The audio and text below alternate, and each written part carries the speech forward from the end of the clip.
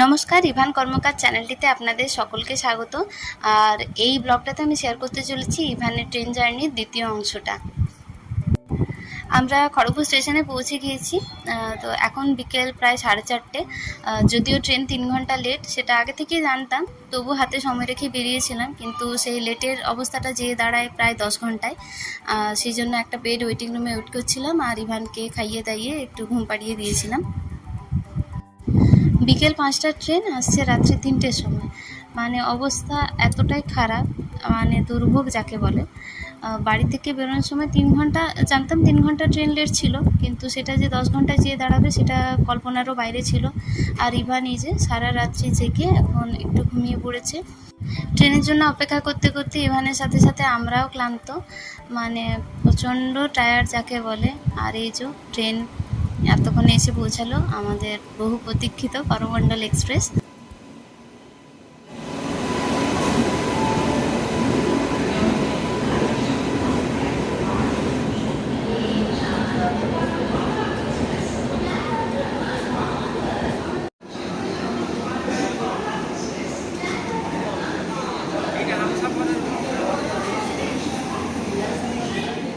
আর এটা হলো আমাদের কোচ B6।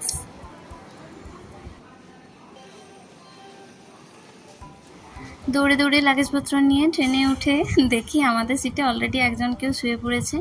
তো তাকে ওঠানো হলো, ইভানের বিছানা করে দিয়ে ইভানকে শুইয়ে দিয়েছি।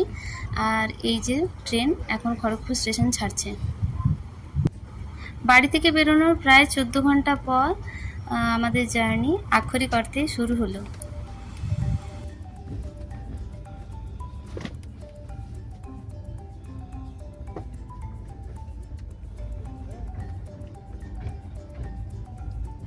ট্রেন যেহেতু অনেকটা লেট ছিল, সে কারণে আমরা, মানে আমি আর ইভানের বাবা, আমরা আর ঘুমোইনি, আমরা বসেই ছিলাম বাকি সময়টুকু। তো ধীরে ধীরে ভোর হয়ে গেছে, এখন আস্তে আস্তে দিনের আলো ফুটে উঠছে। আর ইভান এখনও ঘুমিয়ে, এসি চলছিল বলে আমরা ওকে ভালো করে ঢাকা দিয়ে শুইয়ে দিয়েছিলাম। বাইরে ভোরের এই নরম আলো আর এসির ঠান্ডা হাওয়ায় সত্যি সত্যি মনে হচ্ছিল যেমন শীতকাল এসে গিয়েছে, আমরা শীতকালে ট্রেন জার্নি করছি।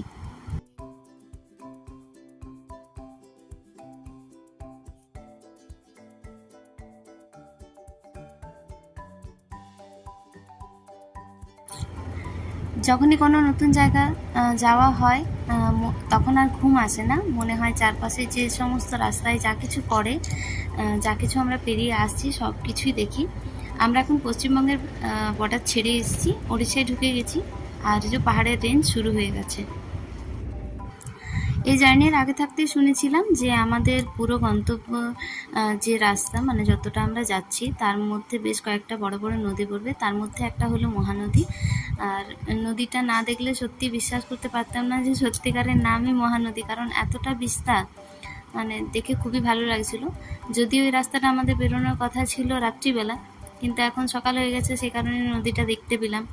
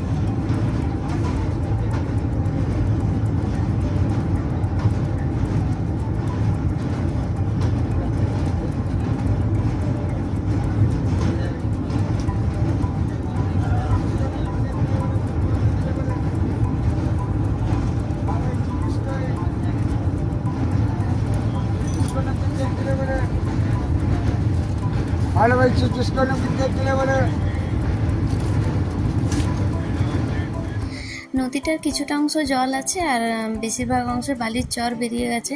মানে এই সময়টা যদিও জল যাওয়ার সময় নয়, কারণ বর্ষাকাল আগেই পেরিয়ে গেছে। আর এই নদীটা দুটো পার্টে ভাগ হয়ে গেছে এই জায়গাটাতে।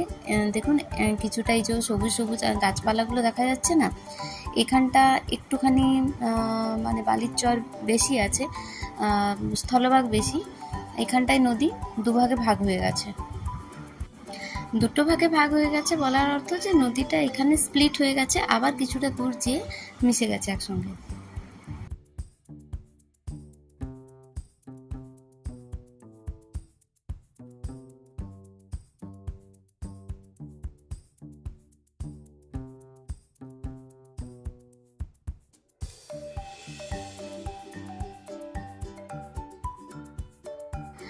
রাত্রিবেলা বাড়ি থেকে যে খাবার এনেছিলাম সেটাই খেয়েছি। সকালে ট্রেনে যে খাবার কিনেছি ডাল আর ডাল বড়া আর উপমা। তো ডাল বড়াটা যদিও আমার ভালো লাগেনি, উপমাটা ভালো লেগেছিলো, একদম লাইট, মানে খুবই হালকা তেল হালকা মশলার খাবার ছিল, ভালো ছিল খাবারটা। আর এই যে ইভান উঠে পড়েছে ঘুম থেকে, এখন 9:30 বাজে সকাল। তো ওর এইটাই সময় ঘুম থেকে ওঠার। আর উঠে পর যথারীতি ও বুঝতে পারছে না ও কোথায় আছে।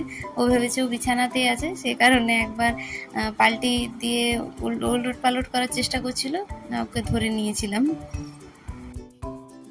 ঘুম থেকে ওঠার পর ইভানকে ফ্রেশ করে তারপর ওকে খাইয়ে দিয়ে ওকে একটা চাদরে ঢাকা দিয়ে, মানে চাদর মুড়ি দিয়ে এখন ওকে নিয়ে বসে আছি। ওকে দেখাচ্ছি বাইরের পরিবেশটা। ওর তো প্রথম ট্রেন জার্নি, তো ও একটু অবাক যে কি হচ্ছে না হচ্ছে, ও তো বুঝতে পারছে না, যদিও ছোট, এই বয়সে কোনো বাচ্চাই বোঝে না তাও। আর এই যে কালিকট স্টেশন এখন পার হচ্ছি। এই স্টেশনে ট্রেন দাঁড়ায় না, ট্রেনটা যদিও অনেক স্টেশনেই দাঁড়ায় না, বেশ কয়েকটা স্টেশনে দাঁড়ায়, মাত্র 13টা স্টেশনে ট্রেনটা দাঁড়ায়। তো এরপর আমরা ওয়েট করছি চিল্কা লেকের জন্য।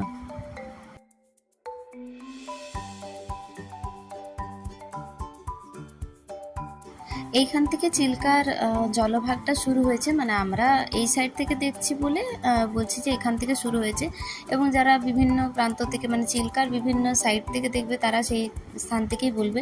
তো এদিকটা একটু বেশি পানা এসব আছে, কিন্তু ধীরে ধীরে আমরা যত এগিয়েছি আমরা দেখেছি যে মানে পুরো চিল্কা লেকটা পুরো ফ্রেশ, মানে কোনো পানা টানা এসব কিছু নেই।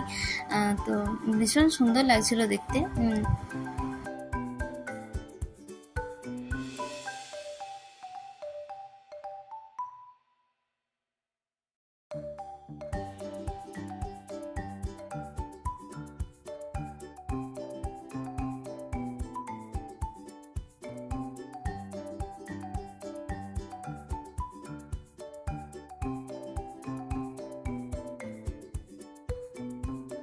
দুপুরে খাবারটা আমরা আইআরসিটিসি থেকে অর্ডার করেছিলাম।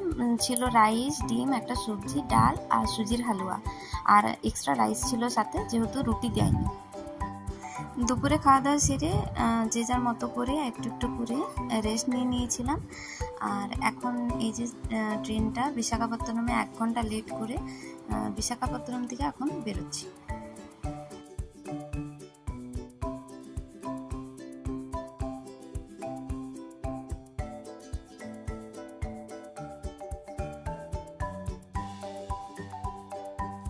বিশাখাপত্তনম শহরটা সত্যি ভীষণ সুন্দর, পাহাড়ের গায়ে শহরটা। যদিও আমি ভালোভাবে তুলতে পারিনি, কারণ আমি উল্টো দিকে বসেছিলাম, আর যেদিকে শহরটা দেখাচ্ছিল সেদিকে আমার সিট ছিল না।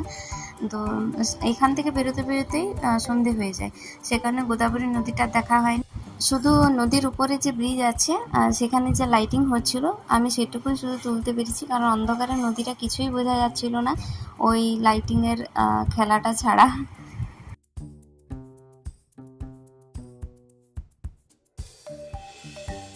প্রতিদিন বিকেলবেলা এবং সন্ধেবেলা ঘুম থেকে ওঠার পর ইভানের অভ্যাস হচ্ছে মানে একটুখানি ঘুরতে বেরোনো বাইরে, কিন্তু ট্রেনে সেই উপায় নেই। তো ওর বাবা ওকে নিয়ে একটু এই দিক থেকে ওই দিক পায়চারি করে, মানে বগিটাতেই এদিক ওদিক পায়চারি করে পর ওকে ঢাকা দিয়ে নিয়ে বসে পড়েছে। আর ইভান এখন ওর বাবার ঘড়িটা নিয়ে খেলছে, আর একবার করে অধৈর্য হয়ে পড়ছে বাইরে বেরোনোর জন্য। মানে ওকে দেখে একটু কষ্ট হচ্ছে, কারণ ও এরকম আবদ্ধ জায়গায় থাকতে চায় না।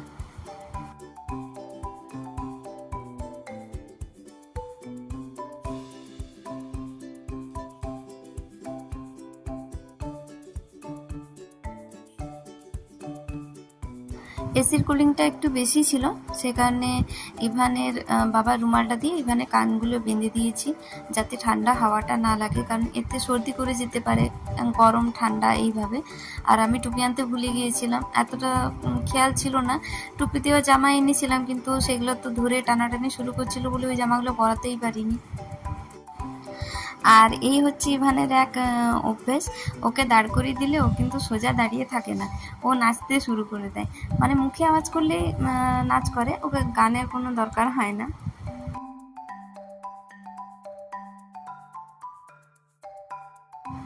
এখন রাত্রি প্রায় 11টা। ইভানকে খাইয়ে ঘুম পাড়িয়ে দিয়েছি, আর এখন আমরা বিজয়ওয়াড়া স্টেশন ক্রস করছি।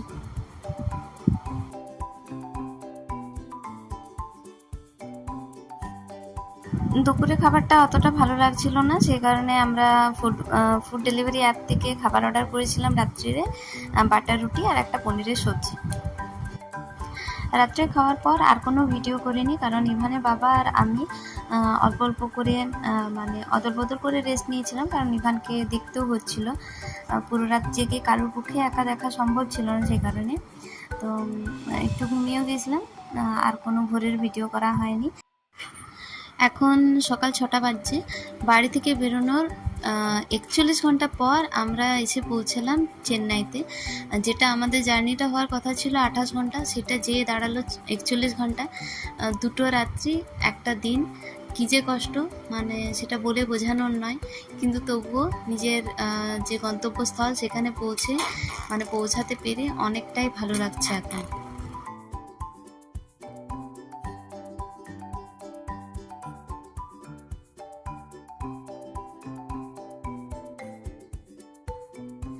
এবং অবশেষে এত কষ্ট, এত হয়রানি সমস্ত কিছুর পর পৌঁছে গেলাম চেন্নাই স্টেশন। আমাদের জার্নিটা যতক্ষণেরই হোক না কেন, চেন্নাই স্টেশনে পৌঁছে পর মনে হচ্ছে যে যাক বাবা, যেটা ভেবেছিলাম ভালো ভালো পৌঁছে গেছি, এটাই অনেক।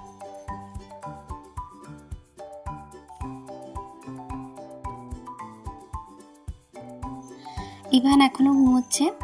ট্রেন পৌঁছে গেছে চেন্নাই স্টেশনের প্ল্যাটফর্মে। ট্রেন এখানে বেশিক্ষণ দাঁড়াবে না, তাড়াতাড়ি আমাদের নেমে পড়তে হবে, কিন্তু ঘুমন্ত ছেলেকে তুলতে খুব মায়া লাগছে। মায়া লাগলেও করার তো কিছু নেই, নেমে পড়লাম। আর নাম্বার আগে ইভানের ওপরের যে জামাটা ছিল সেটা খুলে দিয়েছিলাম। আর এই যে আমরা ক্লান্ত বিধ্বস্ত সকলে, কিন্তু চেন্নাই স্টেশনটা দেখে ভীষণ ভীষণ ভালো লাগছে। মানে সত্যিকারে এত বড় স্টেশন আমি এর আগে দেখিনি। আর এরপর আমরা বাইরে বেরোচ্ছি, কোনো অটো ধরে এরপর আমরা যাব হোটেলে। যদিও হোটেল বুকিং আগের থেকে করা নেই, যে এরপর দেখবো, তারপরে রুম নেব।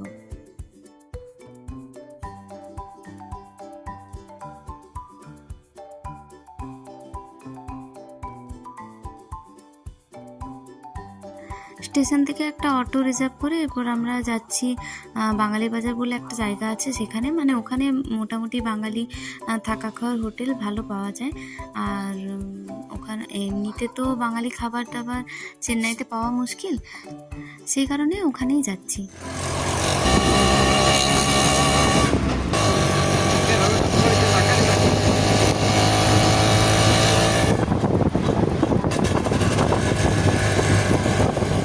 আর এই যে আমাদের ইভান, অটোর আওয়াজে ঘুম ভেঙে গেছে ওর।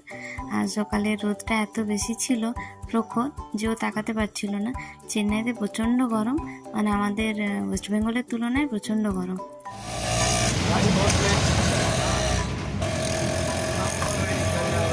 বাঙালি বাজার পৌঁছে আর কোনো ভিডিও করা হয়নি। তড়িঘড়ি একটা রুম বুক করে আমরা চলে এসেছিলাম, কারণ সকলেই প্রচণ্ড টায়ার্ড ছিলাম, খুব একটা দেখার সময় ছিল না, তো এই রুমটা আমরা নিয়েছিলাম। ব্লগটা কেমন লাগলো অবশ্যই জানাবেন। দেখা হচ্ছে পরবর্তী ব্লগে, ততক্ষণের জন্য বাই বাই।